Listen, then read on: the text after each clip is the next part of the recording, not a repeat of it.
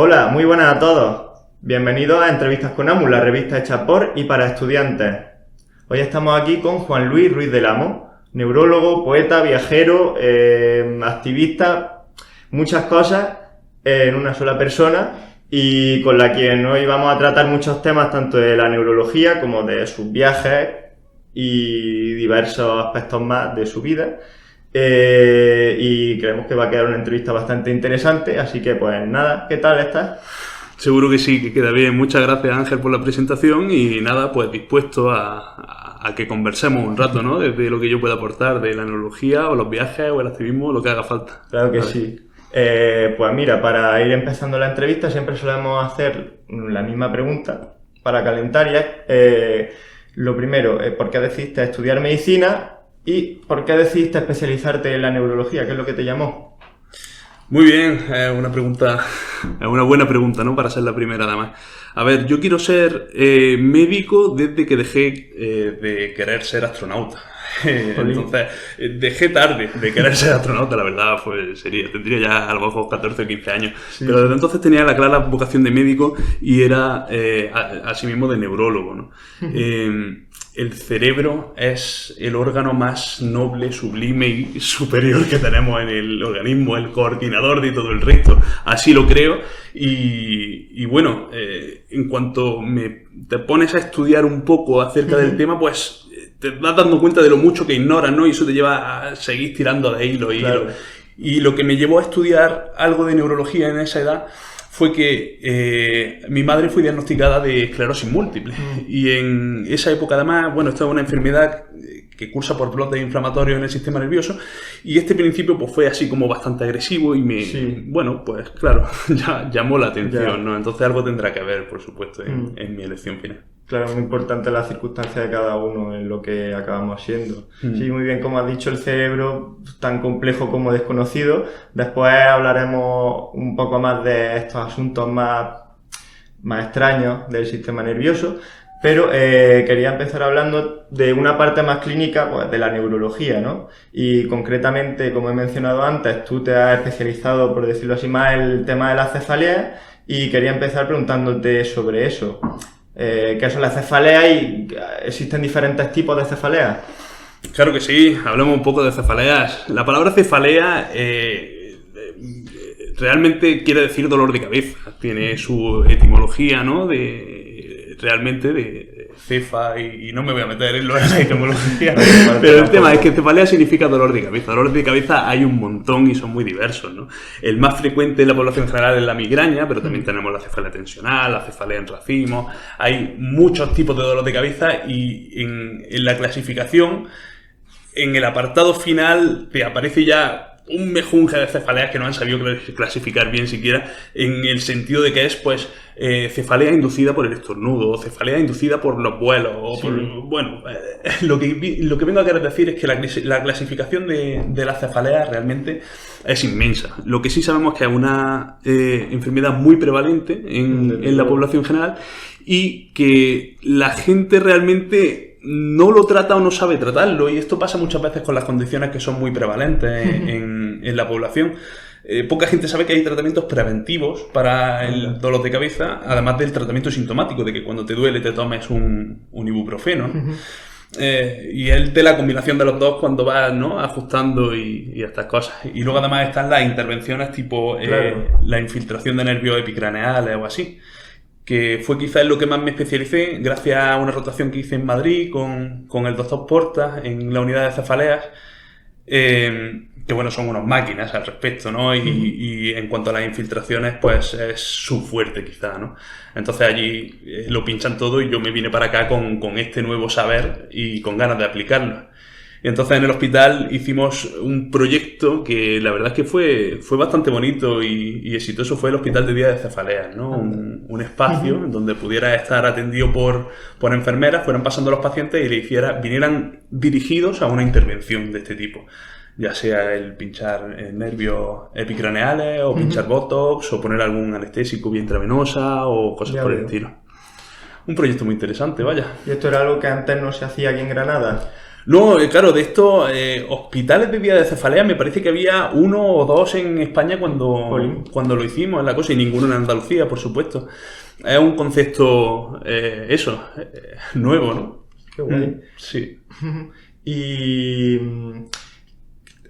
siendo, como dices, me parece interesante que siendo una patología tan prevalente que no hubiera hospitales.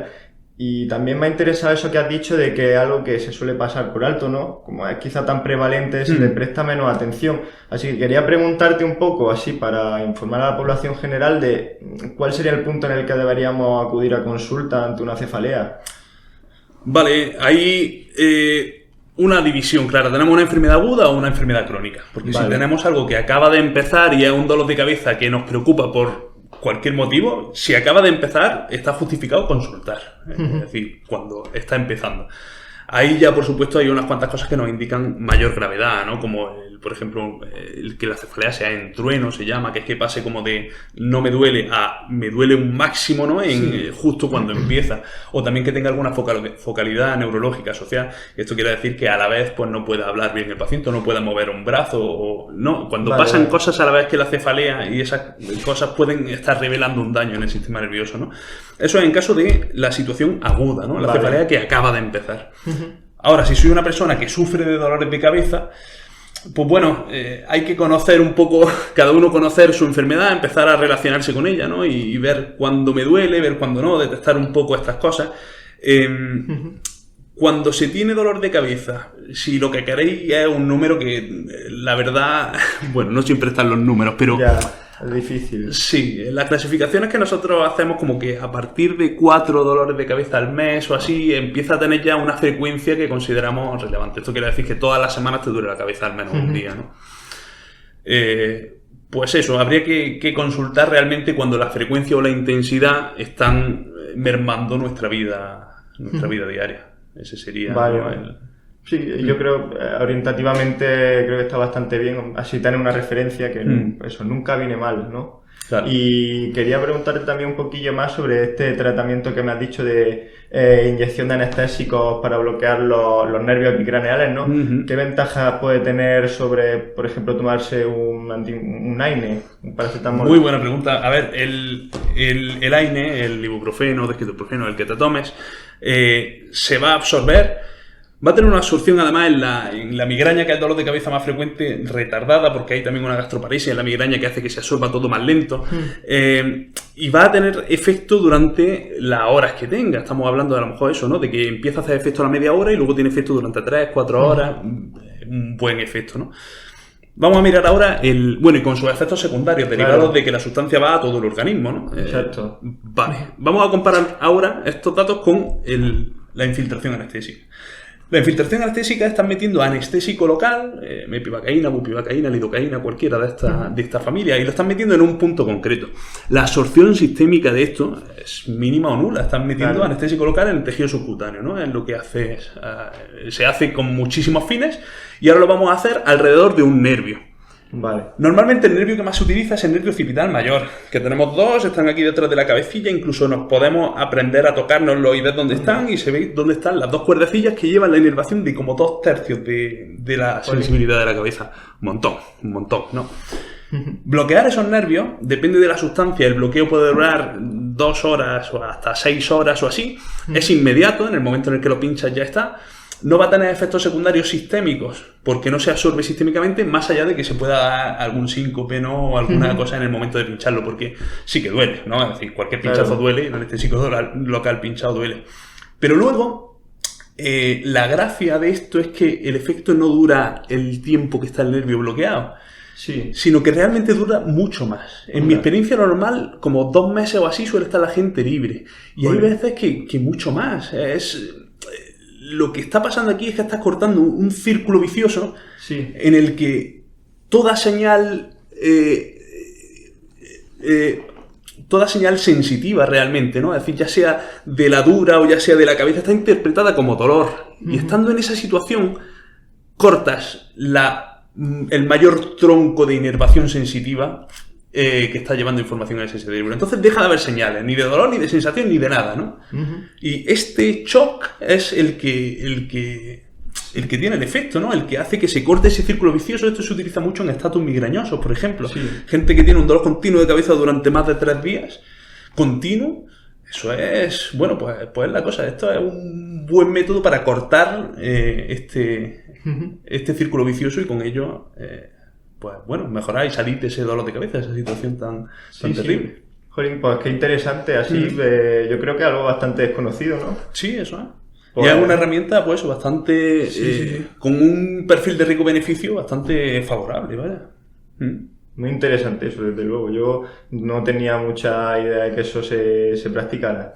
Así que siguiendo avanzando con el hilo de la entrevista, ahora quería preguntarte por el tema de los ictus, que son quizá la urgencia neurológica más importante, la urgencia neurológica por antonomasia, ¿no? Sí. Quería preguntarte cómo reconocer cuando nos está dando un ictus y qué es lo que debemos hacer nosotros. Muy buena. A ver, a nivel poblacional se ha creado un método que se llama método FAST, que a mí me parece que es lo más rentable para la población general, realmente, para que se lo puedas decir a cualquiera y cualquiera entienda más o menos qué es lo que puede, ¿no? Cómo puedes darte cuenta de que está habiendo un ictus. FAST es un acrónimo de 4 letras. La primera, la F es de face, es de la cara, la A es arm, del brazo, la S viene de speech, la manera de hablar, y la T es el time, el tiempo, que es siempre importante y siempre en el código ictus va a estar presente, claro, ¿no? Porque lo que tú has dicho es la urgencia, es la emergencia. Tiempo dependiente totalmente. Efectivamente, eso es. Pues lo que quiere decir esto es que si la cara de repente se pone asimétrica, si al que nos estamos dando cuenta de que le está pasando algo no es capaz de levantar un brazo, ¿no? Es decir, le decimos que ponga los 2 brazos adelante y hay uno que no termina de levantar. Sí. O la manera de hablar no se entiende o él no entiende, es decir, el lenguaje, está pasando algo en el lenguaje. Cualquiera de esos síntomas que aparece de repente, ya que ictus significa golpe en griego, cualquiera de estos síntomas que aparece de repente, tiempo, time, ahí es donde viene, claro, tiempo de llamar al 112 y bueno, y empezar ya con el circuito especializado. Claro. Eso es. Entonces, la manera de reconocerlo es simplemente que son síntomas neurológicos que aparecen de golpe, de repente, y luego algunos que merece la pena reconocer por su frecuencia, que son el tema de la cara, el brazo y el discurso, ¿no? Esa sería la idea general. Pues es muy importante saber cómo identificarlo y después quería preguntarte, aparte de lo que debemos hacer nosotros como potenciales pacientes, ¿cómo funciona un poco el código ictus en el hospital? Pues el código ictus es quizá el área de la urgencia neurológica donde más protocolizado está todo, ¿no? Donde tienes el sistema más claro. Lo primero que pasa cuando alguien, cuando salta la liebre del código ictus, llaman al neurólogo y nos vamos con el paciente a la sala de críticos. Hay ligeras variaciones si llaman desde fuera, ¿no? Y está viniendo la ambulancia, porque ahí a veces los metemos directamente en el TAC o cosas por el estilo. Pero el tema es rápidamente tener acceso al paciente para explorarlo, para ver un poco cuáles son los déficits neurológicos. Aquí ya haremos alguna cosa más, ¿no? Aparte de la cara, el brazo y el lenguaje, pero exploramos un poco y vemos cuál es la situación en este momento. E inmediatamente hacemos un TAC de cráneo. La TC es principalmente para descartar que haya una hemorragia. Porque los ictus hemorrágicos tienen un tratamiento radicalmente diferente de los ictus isquémicos, ¿no? Como es evidente. Entonces, el TAC no te da el diagnóstico. El diagnóstico es un diagnóstico clínico que lo hace el neurólogo en base a la historia. Este tipo estaba bien y ahora de repente no puede mover medio cuerpo y está afásico, ¿no? Entonces esto es un ictus. Y lo dice el neurólogo, no lo dice el TAC. Sí. Que es que muchas veces parece que todo recae en las pruebas de imagen, ¿no? Todo el diagnóstico y todo esto. No, yo reivindico que no.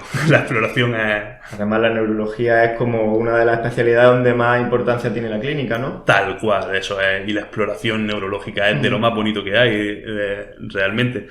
Entonces, la exploración es lo primero, ¿no? Como con cualquier paciente neurológico, pero en el código ictus, primero la exploración. A continuación, el TAC. Y una vez tenemos esas dos cosas... Y muy importante siempre cuál es la hora de inicio, por lo que has dicho de que es tiempo dependiente. Y en el hospital también medimos la hora a la que entra el TAC y la hora a la que se pone el tratamiento, como indicadores de cómo de rápido estamos llegando, ¿no? Con respecto a la hora de entrada por la puerta. Sí. Y nada, ya una vez, si en el TAC tenemos un diagnóstico clínico de ictus y una ausencia de hemorragia en la prueba de imagen, ahí mismo se le pone ya el bolo de fibrinolítico, ¿no? En el propio TAC. Que el fibrinolítico es el tratamiento del ictus isquémico. Básicamente eso, ¿no? Hacer la sangre, como se lo explicaría el paciente, pues eso, ¿no? Hacer la sangre más líquida y disolver el trombo que está tapando el vaso, ¿no? Justo. También existe la posibilidad de que en el TAC, bueno, es que el código ictus podríamos hablar muchísimo, la verdad, pero también hay veces que hay taponamientos, ¿no? Un émbolo grande que ha taponado un vaso como la cerebral media, que es uno de los vasos más grandes, ¿no? De los que llevan al cerebro. En ese caso se puede hacer también otro tratamiento, que esto es una flipada, la verdad, de la medicina de nuestro siglo. Es una maravilla técnica, el tema de la trombectomía. Esto es eso, ¿no?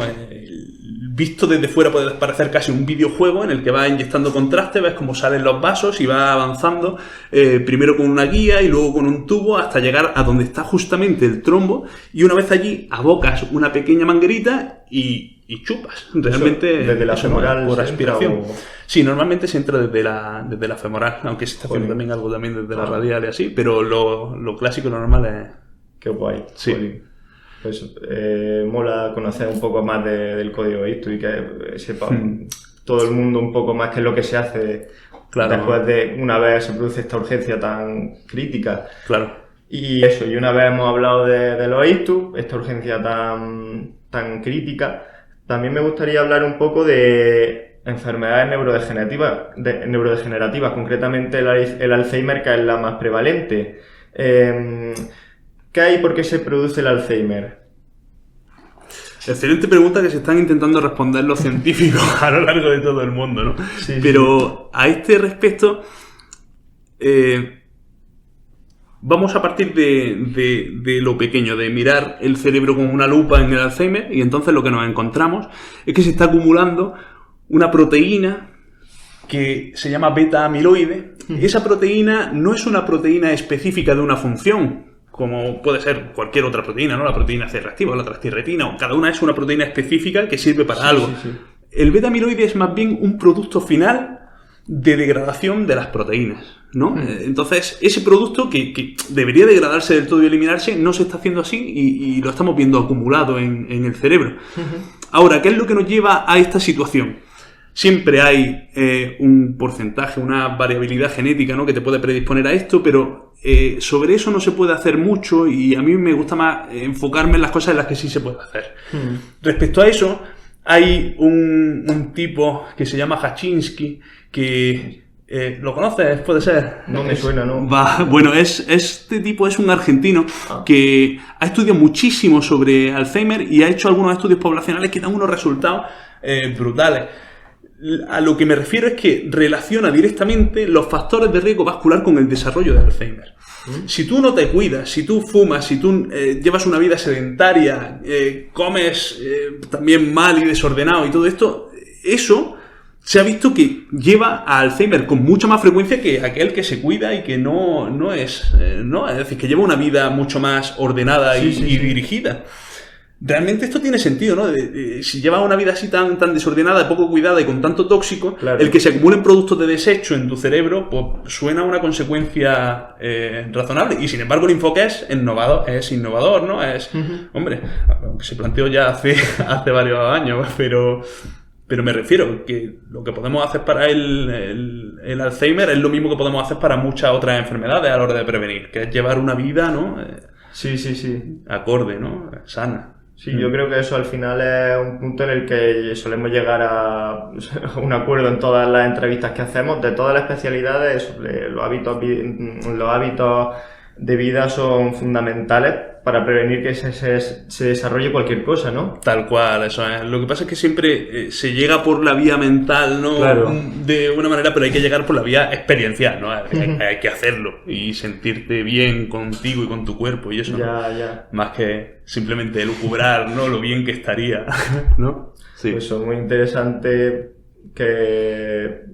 Eso, volver a mencionarlo, porque ya te lo digo, lo hemos hablado, hemos llegado al mismo acuerdo en todas las entrevistas, así que cuidaros. Cuidarse, gente, cuidarse.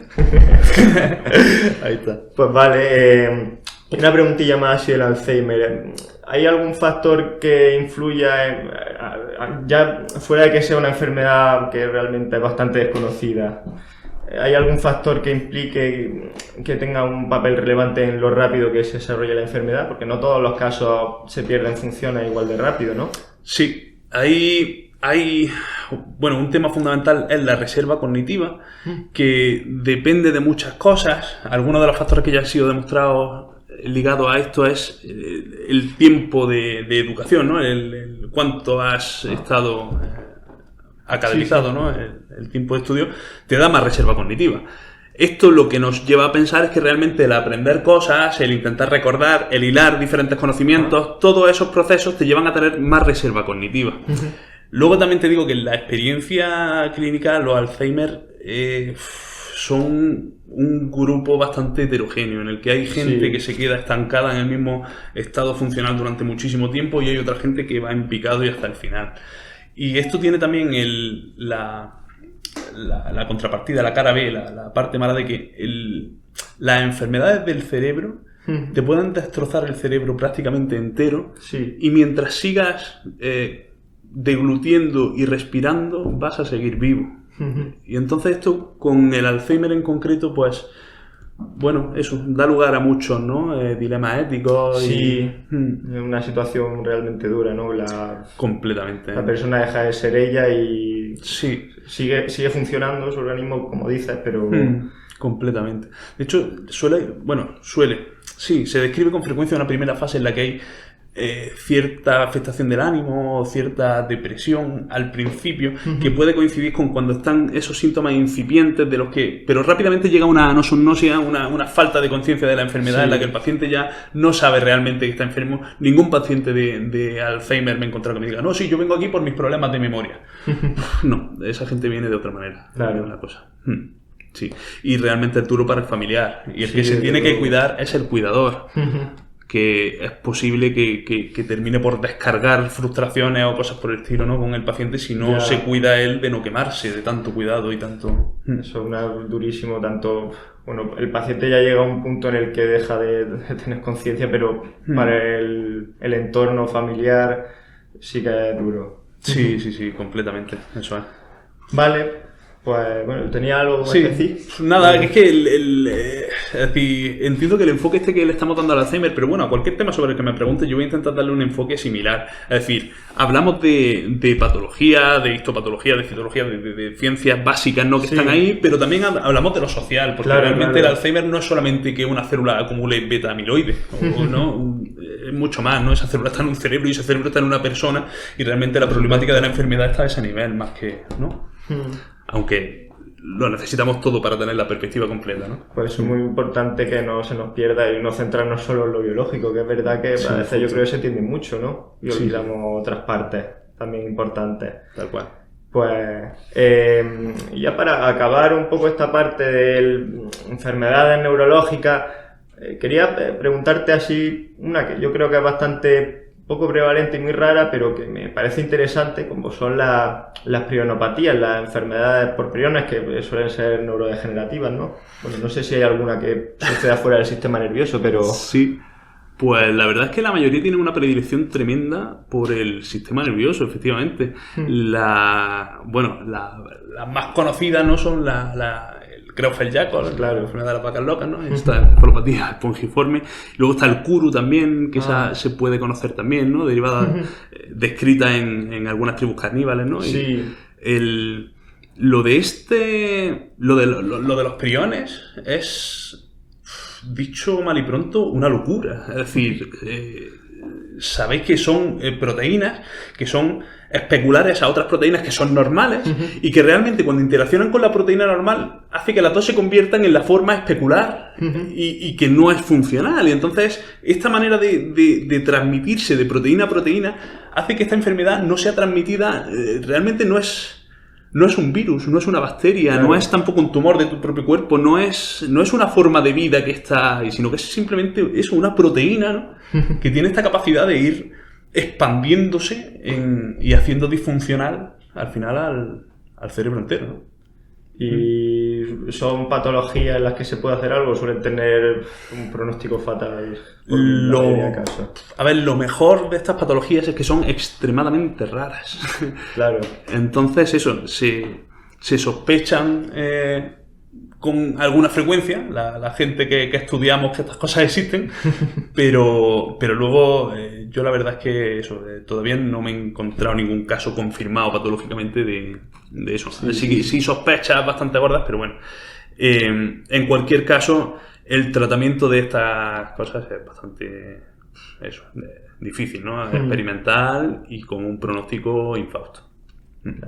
Bueno, pero eso, son al final cosas muy anecdóticas y que casi que la única vez que se ven es cuando las estudias en la carrera, en tu formación. Pues muy bien esta parte sobre clínica neurológica, y ahora quería tratar algunos temas más de investigación, más friki, más no sé, que me llaman la atención mucho. Ya que eso, como hemos mencionado al principio, el cerebro es un órgano que desconocemos tremendamente, ¿no? O sea, es una pregunta así un poco brusca, pero ¿qué te parece? ¿Hasta qué punto conocemos el cerebro? ¿Hasta qué punto conocemos, A ver, tenemos muchos datos, ¿no? Del cerebro, pero eso no significa conocer el cerebro y cómo actúa tampoco. La verdad es que el cerebro es demasiado complejo realmente para abordarlo desde una sola perspectiva. Pero es verdad que cada disciplina está aportando su granito de arena, ¿no? Y en neuroimagen hay unos avances brutales, ¿no? Últimamente. También en temas de, sobre todo la conectividad funcional, es lo que más luz nos está dando quizás en este aspecto. El ver qué zona se conecta con qué zona, ¿no? Antes se hablaba de un paradigma más como de áreas o de algo así, ¿no? En plan de este área se ocupa del lenguaje, esto de los motores, esto de tal. Y luego las áreas no terminaban de ser específicas, unas que se funden con otras que dices, pues esto no soy capaz de achacarle una función al área en sí. Es mejor hablar de redes al final, tiene menos problemas hablar de redes, de circuitos, que realmente es lo que es el cerebro. Pero, claro, estamos investigando un poco esos circuitos, hay algunos que los tenemos clarísimos, como por ejemplo la vía visual, ¿no? Sí. La vía visual, pues, hombre, hasta corteza visual primaria y luego algún pasito más, medio lo tenemos. La vía motora o sensitiva, ¿no? Lo que es las primeras llegadas hasta la corteza y todo el resto de dónde salen y cómo van, eso lo tenemos, ¿no? Pero, ¿y si hablamos de la cognición, ¿no? De tener un pensamiento, o de tener una abstracción, o de sentimientos, o de creencias, ¿no? En creencias me refiero a eso, ¿no? A todo el sistema que montamos realmente. Eso es una actividad cerebral, ¿no? Sin duda. Entonces, bueno, eso es. Que conforme se complejiza un poco la función que quieras estudiar del cerebro, pues estamos más naif, ¿no? En el estudio, ¿no? Efectivamente. Pese a que se hace mucho en esa línea y hay muchas cosas, vaya. Pero, ya te digo, creo que falta todavía, ¿no? Un trabajo ahí. Eso me parece interesante. Se va abandonando un poco esas teorías que se tenían de las áreas concretas, corticales, de Broca, Wernicke. Y eso nos vamos, es como un poco como el océano, ¿no? Cuanto más profundo nos metemos, más desconocido. Lo que dice eso, las funciones así más sencillas sí que conocemos bien, ¿no? A nivel del tronco, del encéfalo y, como has dicho, la vía visual, los primeros pasos, pues sí algo que hemos llegado a tener un conocimiento más acertado, pero o sea, llega un punto ya en el que todavía queda mucho por conocer. Y eso me gustaría, de hecho, meterme en ese punto, ¿no? Sí. Hablar empezar hablando un poco del tema de los recuerdos. Cómo se forman y cómo se almacenan los recuerdos. Es bonita pregunta esa también. A ver, cuando hablamos de recuerdos habrá que distinguir también entre varias cosas. Tú ahora mismo recuerdas la pregunta que me has hecho, por ejemplo, recuerdas lo que yo te acabo de decir, esta frase que acabo de terminar. Eso entraría dentro de la memoria de trabajo, es decir, de la memoria caché del ordenador, si quieres, ¿no? De la memoria que tienes para un acceso rápido y que te es útil para lo que estás haciendo en ese mismo momento, ¿no? Hipocampo. Hipocampo es la estructura para esto, ¿no? Es una estructura que está ahí en el lóbulo temporal, que parece como una gambilla o algo así, y que se encarga de esto, ¿no? De tener la memoria de trabajo ahí continuamente. Si queremos una memoria más para atrás, esa memoria de trabajo ha pasado por esa instancia, esa situación que ha pasado por la memoria de trabajo debe ser transmitida a otros sitios, a una especie de biblioteca, para que luego, cuando nos sea necesario, traerla de nuevo, ¿no?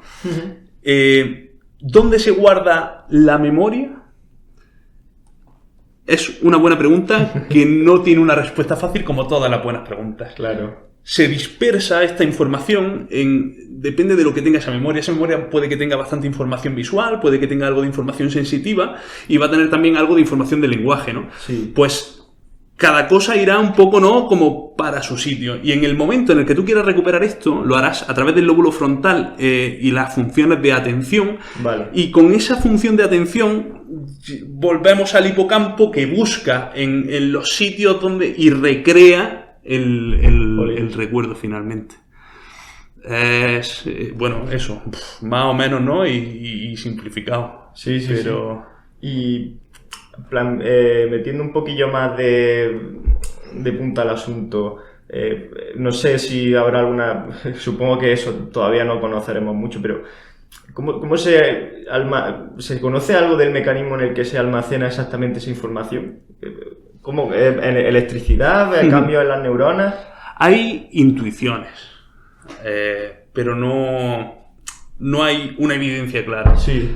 En cuanto a la memoria de trabajo, realmente lo que parece... Es decir, si yo ahora mismo te digo mi número de teléfono, ¿no? Un conjunto de 9 números, y te digo que lo recuerdes, tú probablemente lo que vas a hacer es repetirlo una y otra vez en tu cabeza, ¿no? Es decir, igual que cuando estás hablando y te dice lo que sea, ¿no? Pues como que lo estás repitiendo mentalmente hasta que eso suena a memoria de trabajo, y eso suena realmente a un mecanismo reverberante, ¿no? A que está una información que no termina de salir de eso, y que cuando salga se te va a olvidar. Es decir, luego no va a tener mi número para siempre ahí guardado, no lo estás llevando a otro sitio, ¿no? Entonces la memoria de trabajo quizá tiene más que ver con una información que se deja rebotando en bucle, ¿no? Vale. Gracias a la atención. La otra información, lo que parece más, es decir, la otra información me refiero a la otra memoria, ¿no? La memoria más remota o más episódica a largo plazo, en cualquier caso. Sí.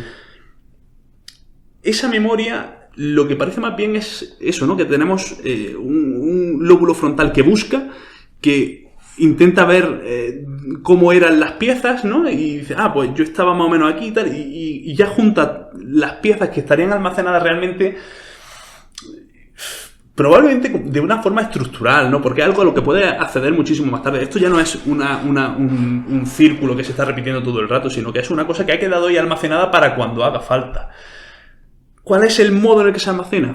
Difícil pregunta. Puede que sean proteínas, o pueden que sean conjuntos de células, ¿no? Que han tenido cierta sinergia, pero... Qué chulo, jolín. Sí, claro, es una pasada. Vaya. Pues espero que sea igual de pasada que lo que te voy a preguntar ahora, ya es sobre el tema de las emociones. Guau. ¿Qué son y qué sentido evolutivo tienen? Es que esas preguntas, bueno, en el taller que quiero dar, en las jornadas estas de Precepts, hablaré bien de eso.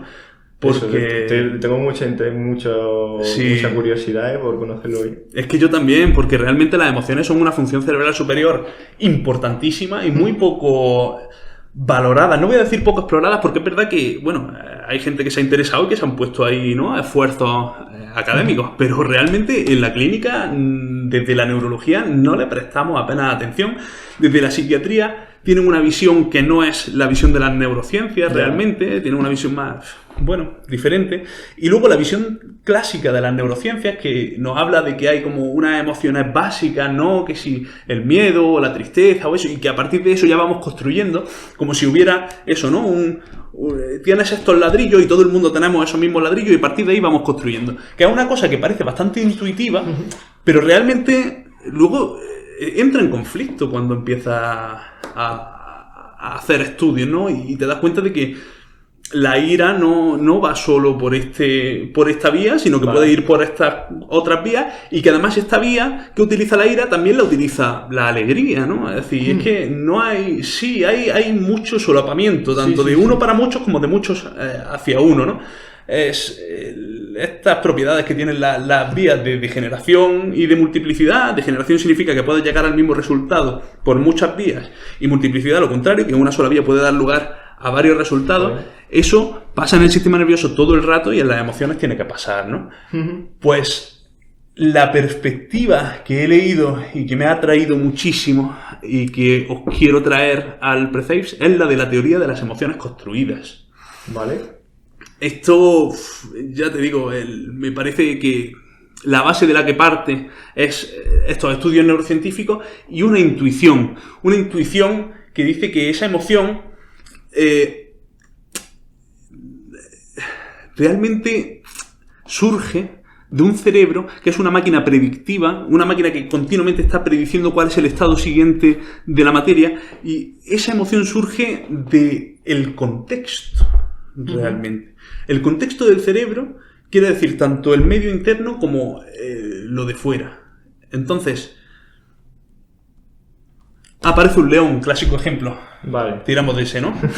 Dale. Venga, aparece un león aquí y ahora, ¿no? Entonces lo ves y te pasan muchas cosas en el cuerpo, ¿no? Como que se te pone muy tenso, empiezas a sudar, frío, ¿no? Las pupilas hacen boom, ¿no? Te pones tenso, estás en una activación simpática ahí bastante grande.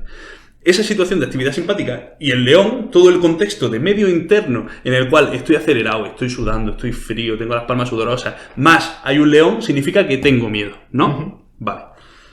Ahora, este estado interno realmente puede darse en otra situación. Puede ser que lleve sin comer 72 horas y entonces me encuentro con que estoy pálido, tenso, me sudan las manos frías, y realmente es una... bueno, es eso, ¿no? Es una respuesta simpática a la hipoglucemia. Claro. Entonces, el contexto es lo que te va a marcar la emoción, pese a que el estado interno sea el mismo. Es decir, es indisoluble. Ya. Si en ese contexto te tengo tanta hambre, aparece un león, lo que diré es que tengo miedo. Pero si no aparece un león, lo que diré es que tengo hambre, realmente, ¿no? Y que lo que estoy es exhausto y fatigado de hambre. Entonces el cerebro juega con eso, ¿no? Con la predicción de medio interno más medio externo. Y bueno, y de ahí fabrica las emociones con un sentido evolutivo que la verdad es que no te lo voy a terminar de decir porque creo que para justificarlo tendría que hablar un rato más. Voy a justificarlo en el taller del Precepts. Eso espero. Eso, que como esta entrevista la subiremos después, pues ya espero... Ya cuando la subamos, pues habrá pasado el taller, así que eso, tengo muchas ganas. De todas formas, eso... que vengáis al taller va a estar muy chulo, ¿no? Eso es, veniros para allá y hablamos de emociones, eso va a estar...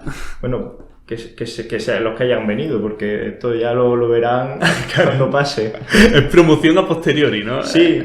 Ya ha pasado. Curioso. Sí, de hecho ha estado fenomenal, ¿eh? Eso... Sí, yo he estado y ha estado que te cagas. Brutal. Pues muy bien esta parte, sí, jolín. Me ha volado un poco el cerebro. O sea, que me flipa mucho estos temas. Sí, a mí también, la verdad. Hombre, te dedicas a ello, más vale que te flipe. Vale, y pasando ya un poco del tema de las emociones, ahora quería hablar así, como todo un poco por encima, de lo que es el coma. O sea, cómo puede nuestro cerebro de repente desconectarse ante una situación de estrés o una enfermedad o lo que sea, y que al cabo de un rato, o al cabo de años incluso, puede volver a funcionar, a tener conciencia. Sí. ¿Cómo ocurre eso? Eso es un tema que también me ha intrigado, ¿no? Y también busqué y leí al respecto. Y el tema es que, bueno, es muy complejo. Es muy complejo como todo en el cerebro, pero la consciencia, lo que es necesario para que tú estés aquí delante mía con los ojos abiertos, entendiendo y hablando, depende de muchas estructuras. Y tienes algunas estructuras que son más básicas, que están sobre todo en el tronco del encéfalo. Ahí hay, incluso te puedo concretar más, un grupo de neuronas, que es el sistema reticular activador ascendente, que proyecta hacia todo el cerebro de forma muy difusa unas terminaciones con acetilcolina, el principal neurotransmisor, ¿no? de activación del cerebro. Entonces, esa parte del cerebro es fundamental para que todas las partes estén, ¿no?, en situación de alerta y despierta. Pero no es lo único para nada. Hay otros cuantos que son los núcleos frontales de la base que también tienen estas irradiaciones muy parecidas realmente, ¿no?, y que tienen una función parecida. Y luego otro mecanismo de entrar en coma es, por ejemplo, que tengas un daño cortical difuso, que tengas toda la corteza reventada. Entonces, y por mucho que la sustancia reticular ascendente esté mandando señales para activar, eso está todo echado abajo, ¿no?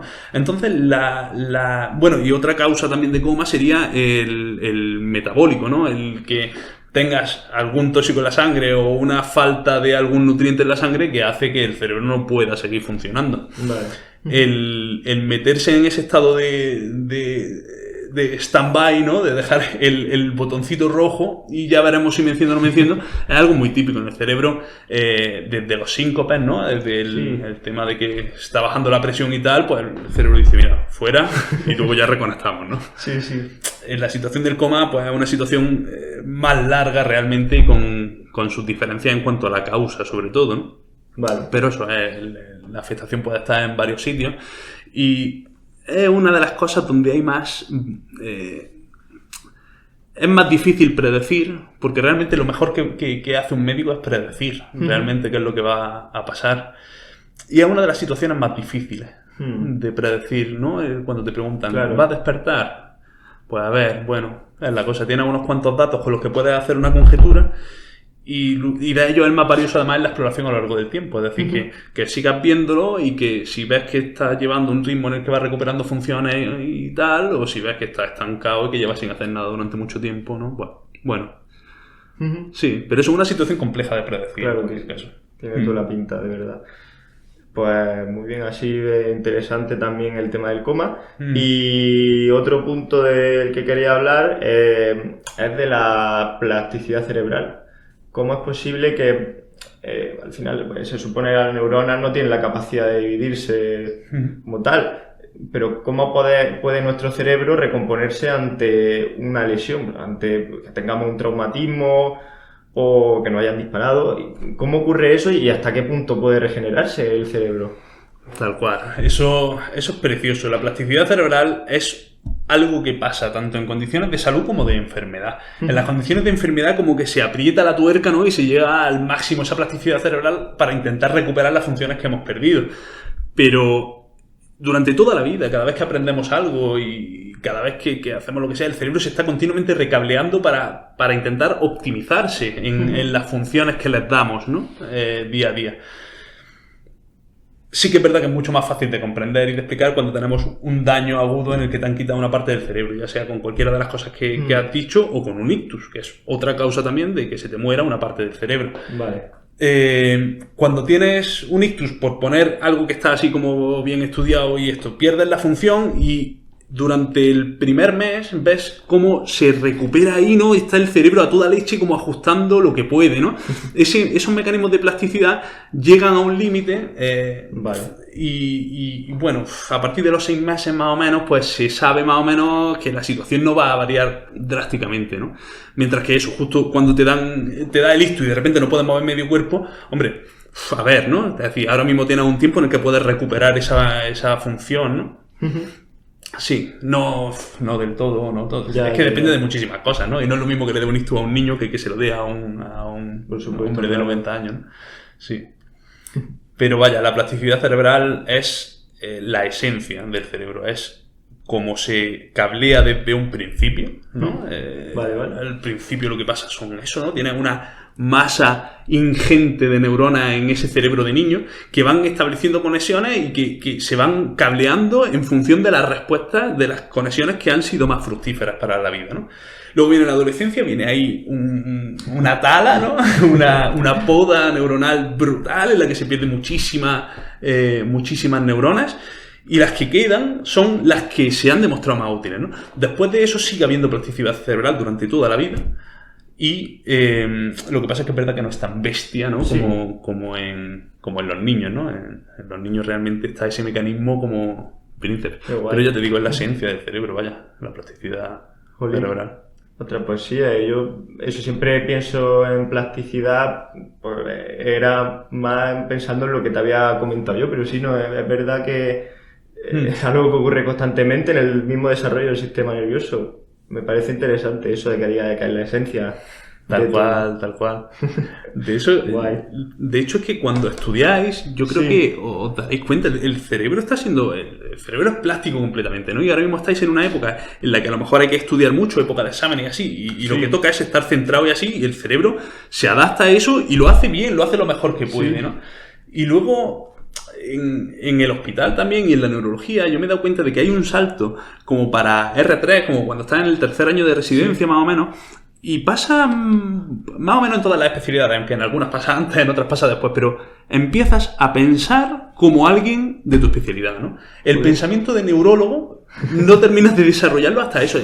Bueno, no terminas de desarrollarlo en la vida, pero no empiezas a saber lo que es hasta R2, R3, cuando ya has visto muchos pacientes neurológicos y ha habido esa plasticidad que te lleva a pensar, ¿no? De nada más le ves la cara y el andar y tal, y ya dices, bueno, pues va por esta línea, ¿no? El paciente, ¿no?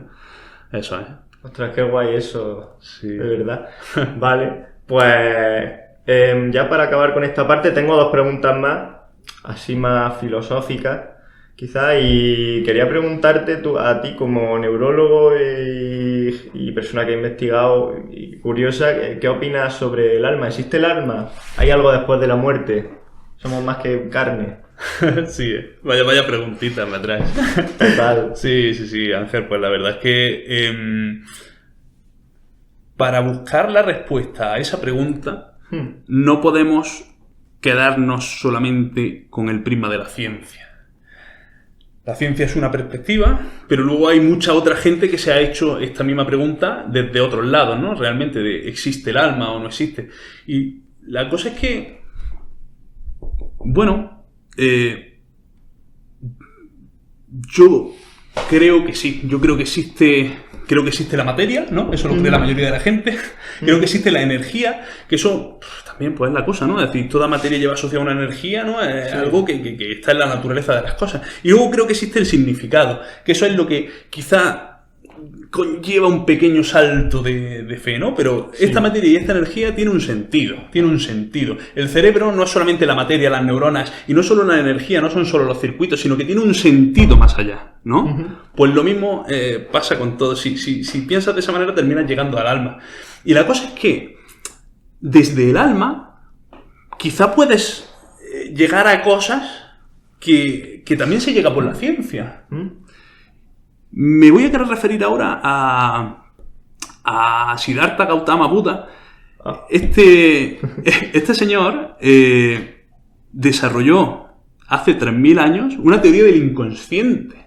Vale. Es decir, que pensamos aquí que Freud se sacó ahí de la cartera que es, ¿no? Máquina del inconsciente. Pues Buda no lo llamaba inconsciente, evidentemente, pero la verdad es que de lo que habla son de los mecanismos inconscientes. Y habla simplemente de que, bueno, voy a resumirlo, ¿vale? A comprimirlo muchísimo, ¿no? La meditación de Buda Vipassana es centrar la atención en el propio cuerpo.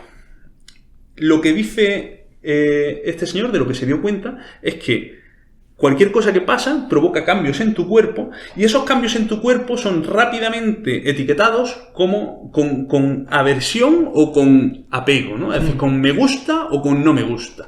No me gusta, lo evito, me gusta, quiero más, ¿no? Vale. Eso lleva luego al comportamiento, ¿no? El comportamiento relacionado con el me gusta o con el no me gusta. Pero la cosa es que eso, la sensación del cuerpo es la que lleva al me gusta o no me gusta. Entonces él dice, si nos hacemos conscientes de la sensación del cuerpo, podremos evitar la respuesta automática del me gusta o no me gusta y hacer lo que realmente nosotros queramos, ¿no? Más que realmente, ¿no? Que cuando te he visto se me ha revuelto el estómago y entonces ya pienso que me caes mal. Pues, a ver, es la cosa, ¿no? Se me ha revuelto el estómago, me hago consciente de eso y luego ya actúo como yo quiera actuar, ¿no? Pero no... Vale, pues con esto quiero llegar a que en la teoría de las emociones construidas, ¿no? Esta perspectiva neurocientífica nos habla de que el cuerpo se comunica con el cerebro de esta misma manera, ¿no? De que hay cosas que, es decir, están mandando continuamente sensaciones y el cerebro va a actuar de una manera u otra desde el afecto y desde la emoción, reaccionando a todas estas cosas que están pasando en el medio interno, ¿no? Entonces, Buda no se acercó desde la neurociencia. Buda no sabía lo que era una neurona. Creo que no. Y sin embargo, ¿no? Llegó a cosas a las que están llegando ahora experimentos científicos muy, muy sofisticados, ¿no? es como, bueno, eso, una muestra de que yo creo que se puede llegar por varios lados a responder la misma verdad. Y lo que queremos al final es acercarnos a la verdad, tanto desde la ciencia como desde la espiritualidad o desde cualquier otro sitio, ¿no? Entonces el alma, yo sé que existe y soy un afortunado por eso, ¿no? Joder. Pero sí.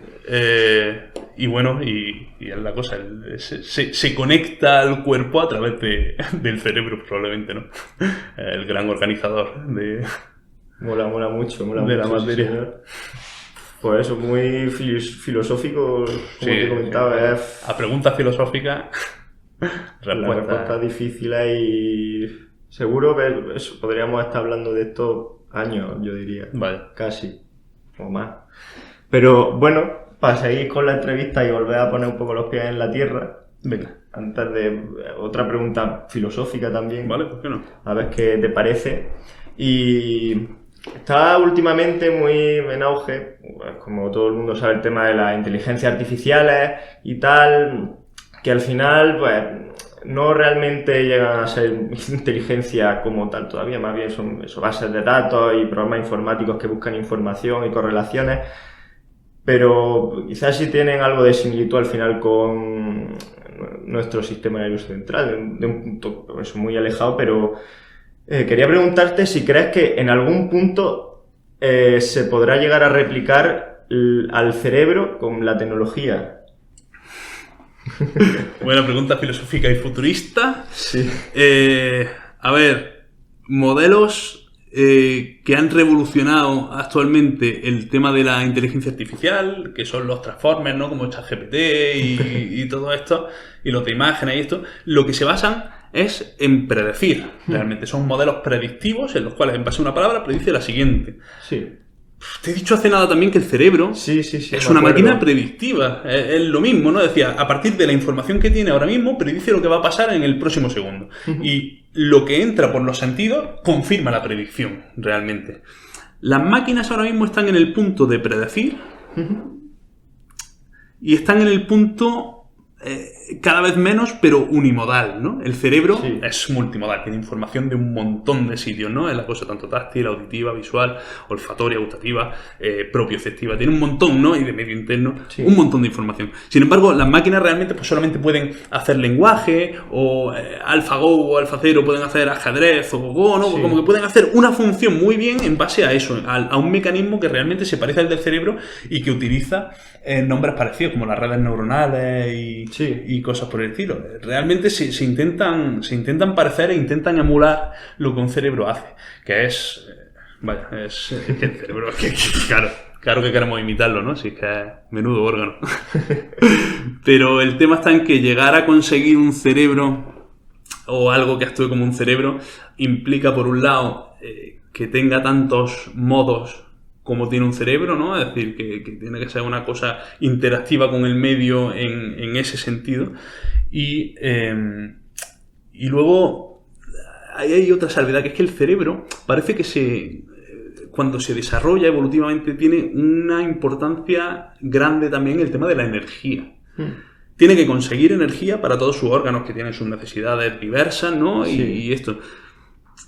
Y eso guía mucho hacia dónde y cómo se desarrolla el cerebro, ¿no? Es decir, las bases del afecto con la madre desde la más tierna infancia y todas estas cosas que te está dando toda la energía, ¿no? Es decir, es completamente dependiente de ello y desarrolla un vínculo gracias a eso. Eso en las máquinas me parece difícil, ¿no? Cómo asegurarse la energía y hacer comportamientos para asegurarse la energía.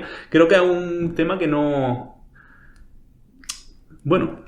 Es curioso reflexionar acerca de ello, ¿no? De cómo... No, la verdad que desde luego a corto plazo tiene mucha pinta. ¿Quién sabe, hombre? ¿Quién sabe con el tiempo? Pero si es que hay cosas que ahora mismo, como narices, puede llegar a replicarlas. Sí. Vaya. Sí, eso son preguntas muy complejas y que obviamente pueden haber millones de respuestas. Sí, pero eso quería conocer un poco tu opinión también.